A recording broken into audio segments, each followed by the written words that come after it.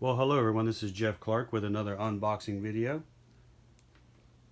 I've recently received this package from Hong Kong in China, and it took a few weeks to show up. It was an eBay order. I wasn't actually able to find this model anywhere that was still available.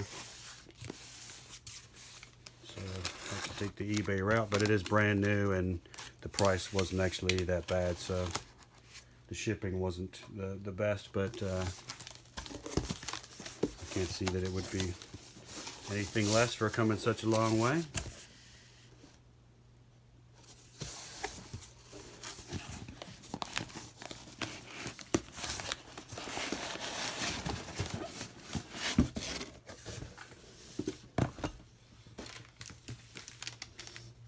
Not a whole lot of packaging in there. But it's better than nothing, I guess. Alright, so this is a JC Wings model. This is an Air New Zealand 777-300ER. And this is the all blacks livery. A little jingling in there. Hopefully everything's in good condition. I don't like it when I hear something rattling around inside the box. This is a officially licensed product of Boeing company. And here's the JC Wings information. If you'd like to become their Facebook friends, you can see their new models coming out.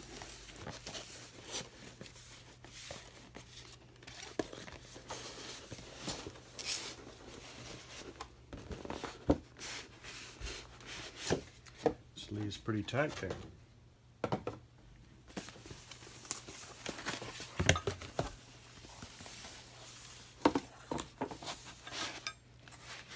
Oh,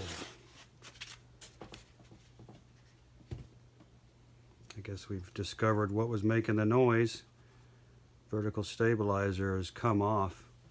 That's the first time I've ever got an airplane and a piece has been broken off, or let's see, I don't know if it hasn't been glued, or I do see a little bit of glue on there.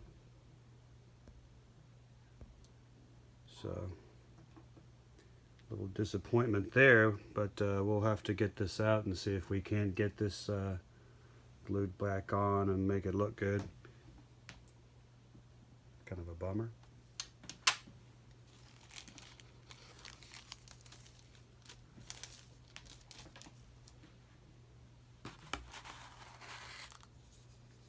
Here's the stand with the metal plate,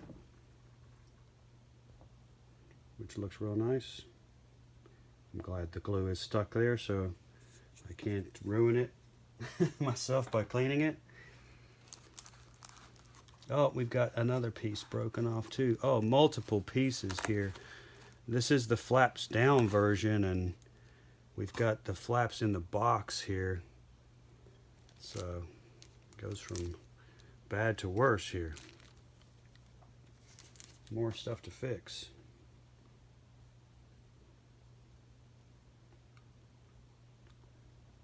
See if anything else. The flaps are plastic, so I'll have to figure out if they broke off or if they came off.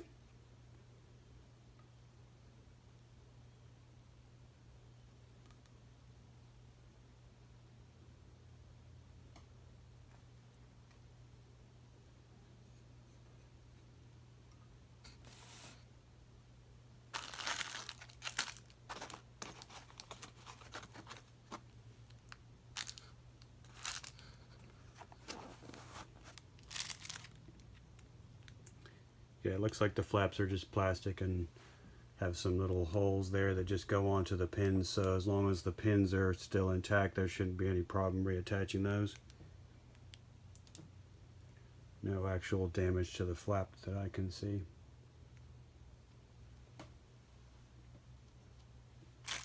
Here are our gear. This is our gear.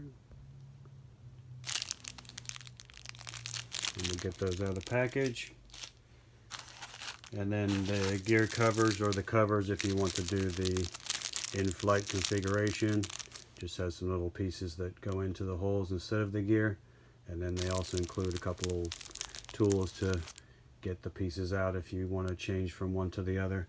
I kind of like the gear down as it gives the model more interest and things to look at, and also with this flaps down configuration, it's going to look pretty good to have the gear on there, because that's a pretty appropriate part of the flight to have all of those things in place. So I think what I'm going to do first here, guys, is just get these pieces put back together, and then we'll embark upon this review at that time. All right, we'll see you shortly. All right, so we're back. Everything seemed to come back together fairly well.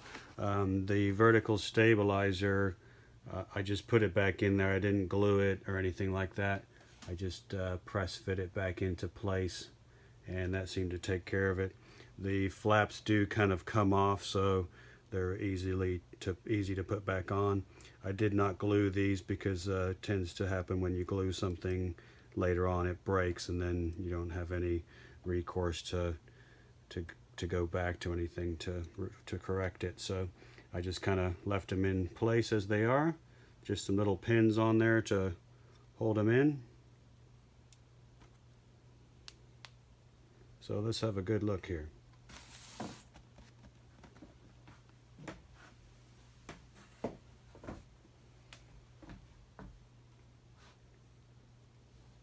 So Air New Zealand is the flag carrier of New Zealand and has been a member of the Star Alliance since 1999. We've got our little Star Alliance logo here by the L1 door. And the airline began as Tasman Empire Airways Limited, or TEAL, Teal, and that was formed in 1940. And then in 1965, the airline went under government ownership and was renamed to Air New Zealand.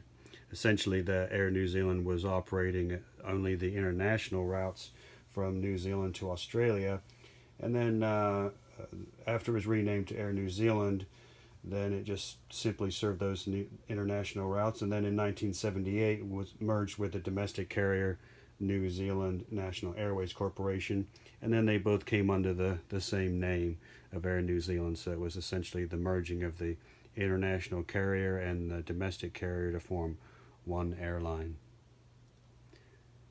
And this is a 777-300ER, which is pretty much their flagship and their largest aircraft. I haven't actually flown Air New Zealand, but when they introduced this all blacks livery, it's just so easy to fall in love with it because it looks just stunning as far as I'm concerned. It just looks so nice. Really neat to look at. So Air New Zealand is one of the major sponsors of the New Zealand national rugby team known as the All Blacks, and hence we have this collaboration to introduce a livery that has some sort of acknowledgement of that. So that's kind of neat.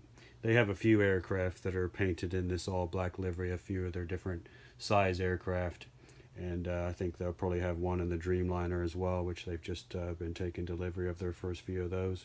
And then they also have an all A320 fleet for their domestic routes, and a few of those have this all blacks livery. Most of them are actually white with the black tail, so the fuselage, most of it is white, and then this back end of the aircraft, the aft section, looks pretty much the same.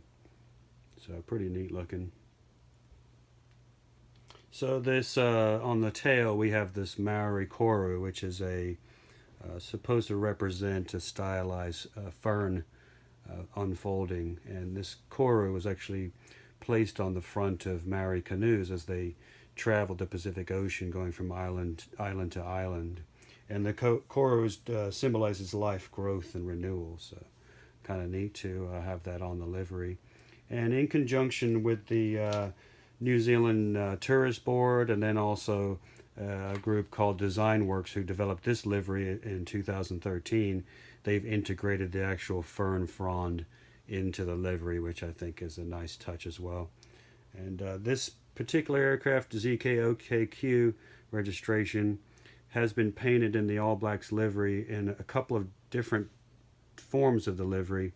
Originally there was a period where in the forward section in front of the fern here there was another fern which was painted in silver, and it's been recently painted to this livery that you see here. So this is the current livery for this registration, and I think it looks better because it's a little tidier. It's not so busy, and I think that bodes well for this particular aircraft. I think it looks really neat. So as I said, this is a 777-300ER. ZK-OKQ was line number 984 out of Boeing. It did its first flight on December 30th, 2011, and was delivered on January 10th of 2012. So they've had this one for a few years now. Haven't actually got to see this. Probably would have seen it on my travels through LAX, but I'm sure that at some time in the future I'll get to see it in person. And this is the 5th 777 of their fleet of 7 300ERs, and then they have a total of 15 777s, so a few of the 200s as well. So let's look at some of the details of the aircraft. We have our windshield, and the radome is really nicely detailed. You can see the lines where the radome comes off and its mounting and such. Is really nice. One thing that's cool about the All Blacks livery, it really shows all those extra details that normally with more of the plain liveries tend to disappear. So you can really see the pitot tubes really standing out, the illumination light really standing out, the door mechanism and such is really nice contrast to the black. It's really neat. So our L1 door, and then we have our static ports. We have our safety zone squares around the static ports, just telling folks to watch out for those. They're an important part of the aircraft during flight. We have the cabin pressure release valve here. Our L2 door. Our L3 door. Then that beautiful fern leaf and the coral on the tail. Our registration ZK-OKQ.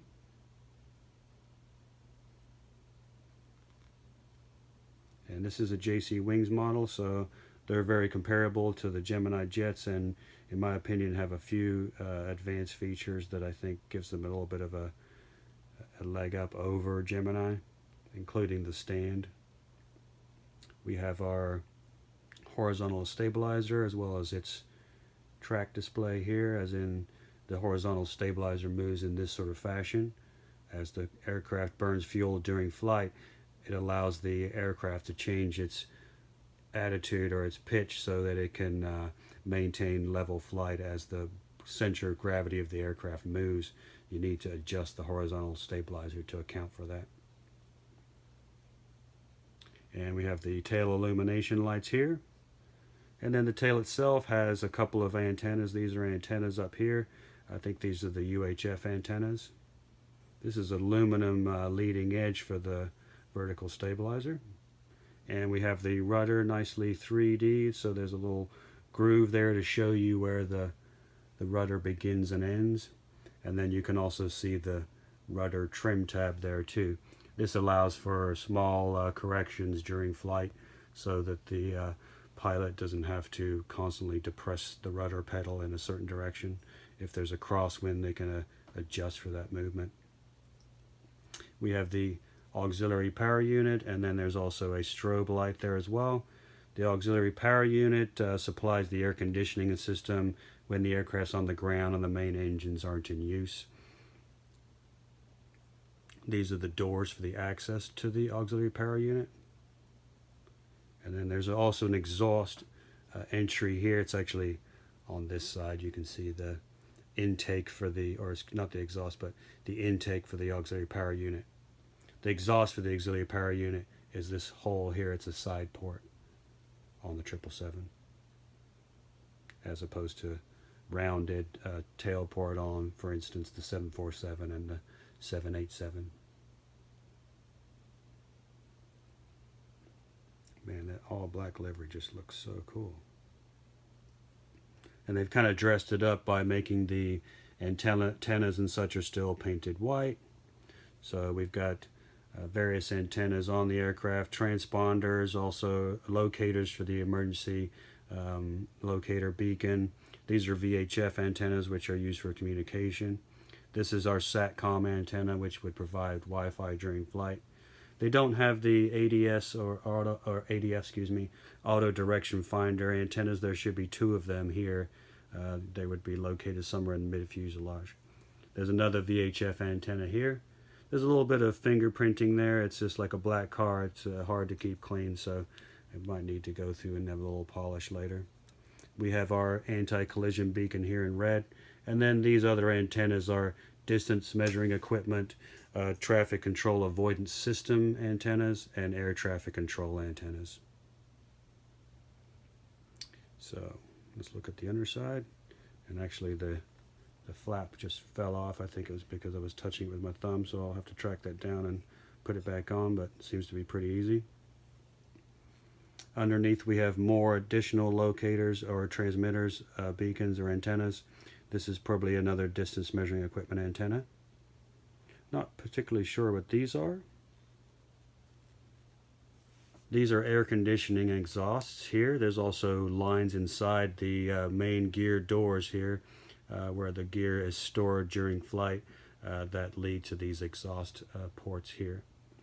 This square here is the RAT or the ram air turbine that if is required to generate additional power, let's say power out of both engines is lost, this power unit can actually drop out of the aircraft and a little turbine spins and provides power so that the pilots can communicate with the ground and also maintain control of the aircraft. So it's very important.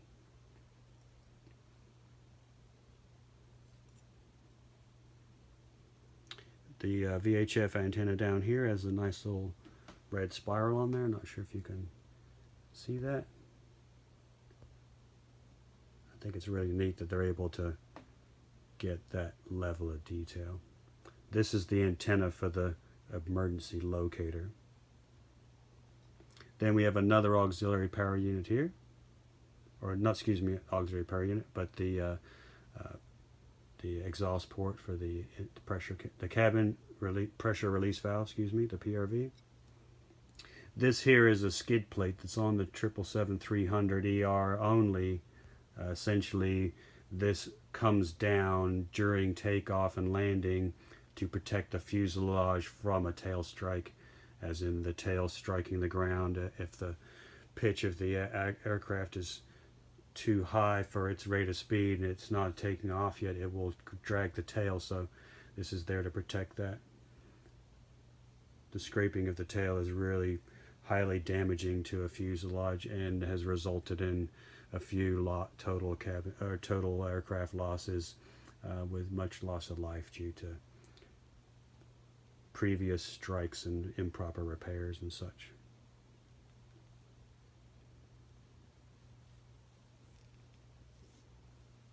Let's look at the right side of the aircraft here.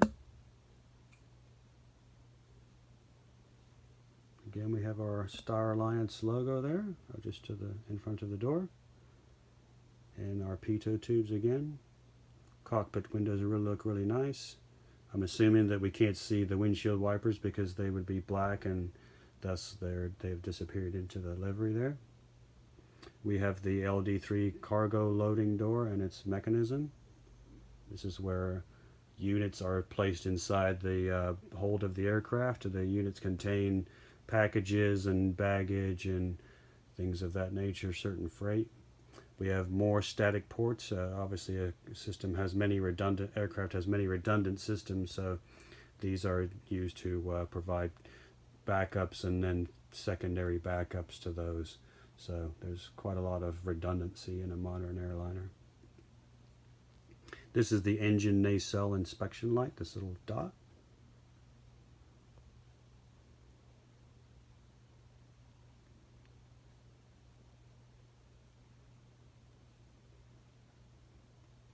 We have again the registration on the tail, that beautiful fern leaf. Very cool. So these engines here are the GE 115Bs, GE90-115Bs. These generate 115,000 foot-pounds of thrust. This is the largest commercial aircraft engine. It is, in terms of its size, its fan diameter is 112 inches. That's almost 10 feet, which is almost the size of a fuselage of a single aisle aircraft like a 737 or an A320, for instance. Giant fan in there. Just impressive amount of power can be generated out of that. I mean, this is a 400-ton aircraft at maximum takeoff weight, so you need lots of thrust to get it off the ground and power it during flight. And they've got a really nice in-flight sort of aspect to the wing. You can see it's got a nice little curve there upwards as though it's generating lift, which is really neat. I like that a lot. We'll get into more details of these slats here and the flaps. So the slats are designed to increase the size of the wing during slow speed flight. And in this case, you can see where the slats are actually deployed, and that is such a cool feature. You can actually, there's actually a slot there. It's not painted on. Those gaps there are actually present. They're not stylized with paintwork. That's really cool. So you've got the inboard slats and then the outboard slats in their deployed configuration. And then you also have the slats on the right side of the aircraft, starboard side.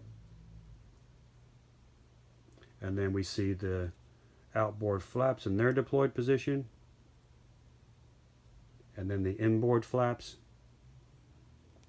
Now bear in mind these inboard flaps are in the region of 20 feet or more in width, and their length is over 10 feet. There's a large amount of material there that is essentially increasing the drag of the aircraft. They've done really nice work here underneath with showing you what's inside the flap track fairings. So these pieces here are the flap track fairings, which have the mechanism to deploy the flaps inside of them. So you can see the gear actually at work there. That's cool.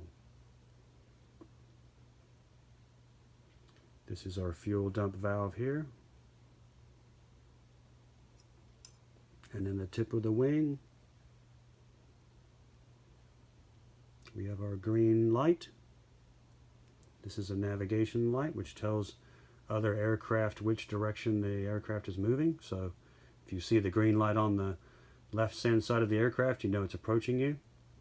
On the tail of the wing here, there's a white position light. So if the aircraft is traveling away from you, you'll see white on the tips of both wings. And then next to this light, the green navigation light, there's also a flashing strobe light. On the port side of the wing, we have a red navigation light. So really cool exit walkway painted on the wing. Lots of really nice detail there. This aircraft is just stunning. Really dig this. This is my first flaps down model, so despite the problems coming out of the box, they've come out fairly well, and I'm going to put this other one and back in position, and then we'll get the stand on there. So the stand will go into this little hole here, and then we also have another anti-collision beacon, and these are jewels, so they have a realistic effect. They actually look like a little light, so that's something manufacturers are really doing now. JC Wings and Gemini both have them on their models. I haven't seen any on the Phoenix, but I only have a couple of Phoenix models, and I try to avoid those if I can. But really nice livery. It's got a total just in-flight type of look to it. Very graceful aircraft. The 777 is one of my favorites. It's the 212 feet long. It has a wingspan, or excuse me, it's 224 feet long. It has a wingspan of 212 feet. It's a real big aircraft designed to carry a lot of passengers. So let's get this gear on here, and then we'll get the flaps sorted out, and we'll see you in a few minutes.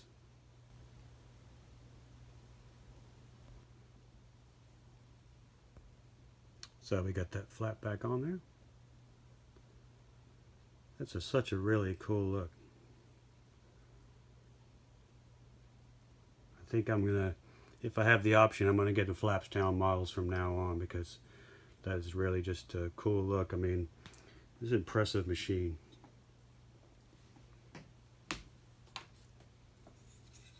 Okay, let's put the stand on.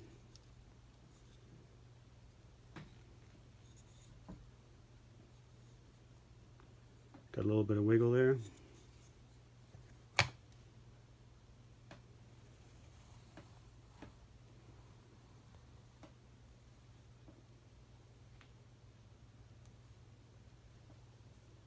Looks nice and straight.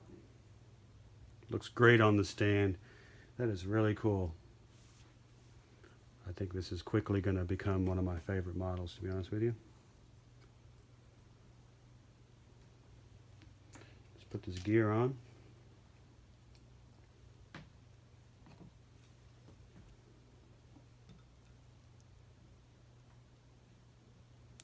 And if you can see there, there's little jewels in the nose gear too. These really do have a nice gleam to them in person. They look like they're actually illuminated, so that's really cool. Nose gear does turn, and it kind of rolls. It's pretty stiff, but it's not going to be driving around anywhere around here, so.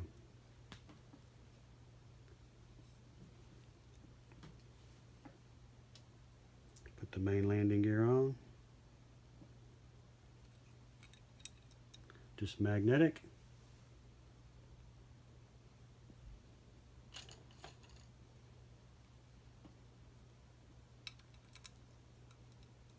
And these roll very slightly. They do tilt. This one's got a little tire that's misplaced a little bit, but not too bad. They do tilt. They could probably stand to tilt a bit more than they do to give it a really nice landing configuration. I think that would be a nice thing to do, just to really give it that true flaps down landing type of look. The gear is nice and straight. The 777 is the only aircraft that has the 6 wheels on each of the main gear, except for the A350-1000, which is from Airbus, which has the 6 wheels on each gear as well.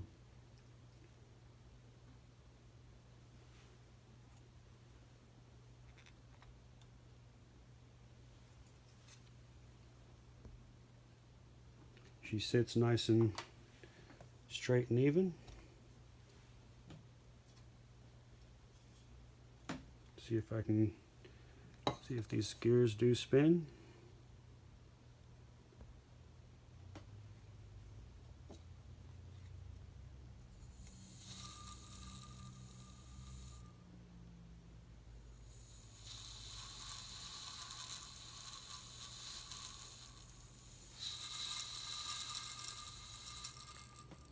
They spin pretty good.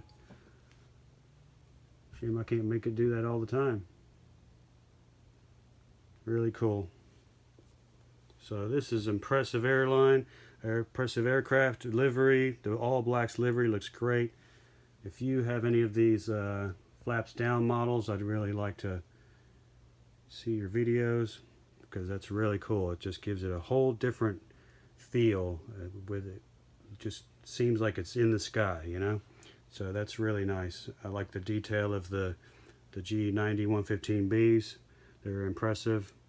The exhaust nozzle is really well done. The nacelle is really well done. Nice. The pylon, the connection points to those engines look really well done. The flaps look really neat. You can see the flaperon. This is the control surface, which allows the aircraft to control its roll, in addition to the ailerons here. And then the elevators on the tail look really good.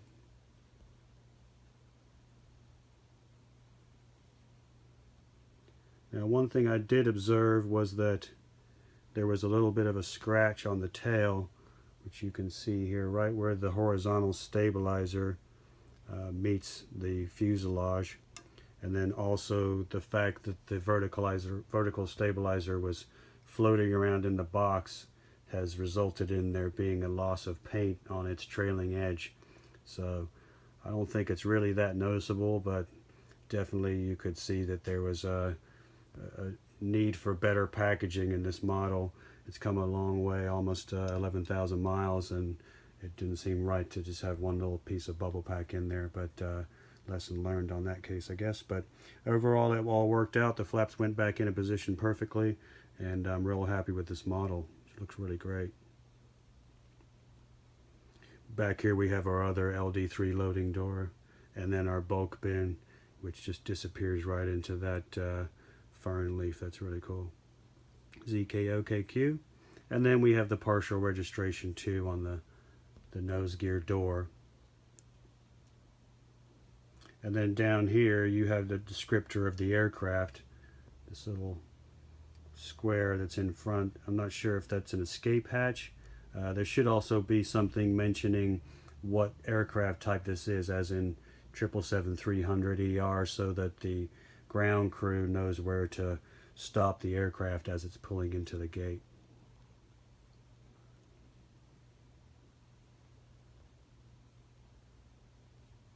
Very slick.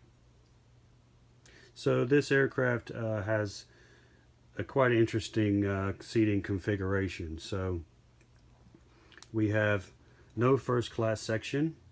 We have 44 business class seats, and they are in this forward section in rows 1 through 7, and then 9 through 12. Then we have our premium economy section, which is here from rows 23 to 28 to this second or third door, excuse me. Then in this section we have economy seats. This is a 10 abreast seating. In the middle there is 4 seats in between the 2 aisles, and those are standard economy seats. In the 3 seats on either side that are next to the window, they are the premium economy seats, and they're the sky couch. So Air New Zealand's got a really neat idea where the footrests of these seats come up and allow those 3 seats to become sort of a bed, a flat area where you can have your kids laying out, or you can kind of rest and relax and stretch your legs. It's kind of a family type of space. They are a premium economy seat, so there is a payment, an extra fee required to sit in those seats. So those run from 34 to 46, rows 34 to 46. And then back here, standard economy seating. And this is all 10 abreast or 10 across, and that's rows 48 to 59. So we have 44 in our business class. We have 44 seats in our premium economy, including the sky couch seats. And then we have 244 economy seats. So I would like to try out that sky couch because that looks like a really good idea. If you could get a trip with a significant other and travel with them, and you didn't have anybody in the middle, that would work out great. You could actually probably get some really good sleep on the long trip from LA to New Zealand. So real cool. I like this model. I suggest you pick it up. I paid about $120 for this, plus I think the shipping was $50 or $60, so it was not cheap to get here, but definitely well worth it. It's going to be a nice feature in my collection. Now all I got to do is figure out a way for me to get on this aircraft in person. So that'll be a nice thing to have the model already.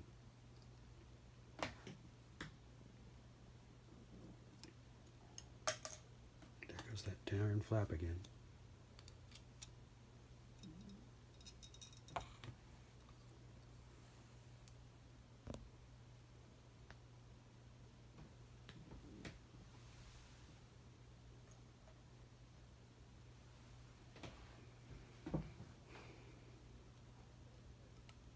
Fortunately, it goes on there pretty easy, but I'm going to need to get this thing in the case as soon as I can so that it doesn't happen again.